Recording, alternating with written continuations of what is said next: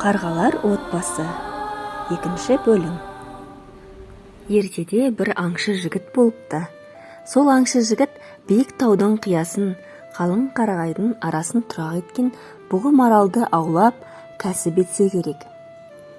Бірде жолы болып, биік таудың қиясынан бір теңбіл марал атып алады да, маралды етекке түсіру үшін шек қарнын ақтармалап алып тастайды. Содан арада айлар өткенде аңшы жігіт аң атауға ұрымтал жер еді ғой деп, баяғы теңбіл маралды атқан жерге соқса, құлағына бір ызыңдаған дауыс естіледі дейді. Барлап қараса, өткенде атқан маралдың ішегін қарғалар іліп ұшып, қарағайдың бұтағына қос тін қылып керіп тастағанын көреді.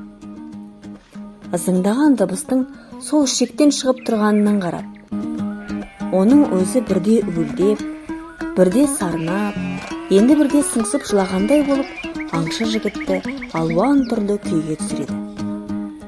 Сол жерде аңшы жігіт, қой, мына қос ішекке тіл бітейін деп тұр екен.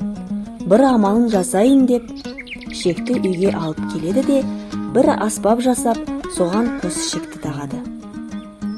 Содан тартып көрсе, шынында да қос ішекке тіл біткендей соңқылдап қоя береді. Бұл үн аңшы жігіттің ғана жанын жадыратып қоймайды, тыңдаған жанның бәрін ұйытады. Және де ол аспап содан былай жануарлармен тіл табысудың бір амалы болған екен, деп ертегісін аяқтайды торғарға. Ол аспап сонда қазір қалай аталады? Деп сұрайды Қабай. Қазақтың киелі домбырасы, деп жауап береді тор шаттанып. Енді түсіндім. Қазір біз ішекті керіп, адамзатқа күйімізді жеткізбекпіз ғой, деді Қабай. Ақылыңнан айналдым, қарашығым, деді ағасы інісіне сүйсіне қарап. Қарғалар Бестай күйші жігіттің үйіне лезде ұшып келіп, қашасына екі ішекті керіп, кезек-кезек аяқтарымен іліп ұшып, ақ көгершін күйін бейнелейтін күйге сала бастады. Бестай үйінен ытқып шығып, өз көзіне, өз құлағына сене алмай, қай жақта, қайда, жол көрсетіңдер, дана қарғалар, деп қарғалар артынан тұлпарына мініп алып шаба жөнелді.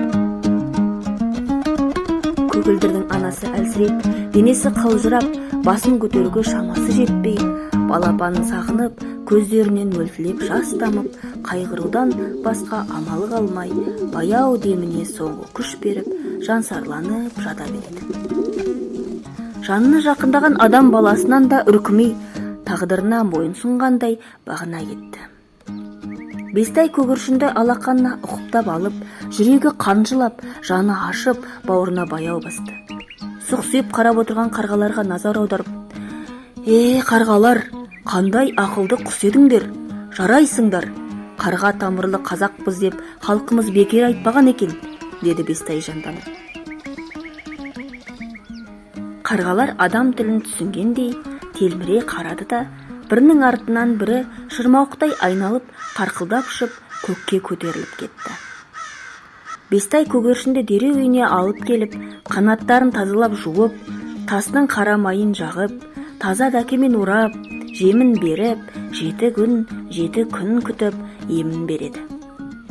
7-ші күні ақ көгершін қанатын кең жайып, күнге қарай керіліп, күргілдеп, күңгірлей түседі. Ол сауыққанның белгісі еді. Бестайды көре салысымен иығына ұшып келіп қонып, алғыс білдіргендей тұмсығын иегіне сипап, еркелей берді.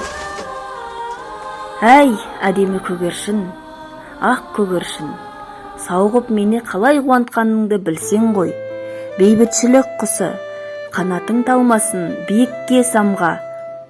Дана қарғамыз қара болса, сен сүттей ақсың шіркін.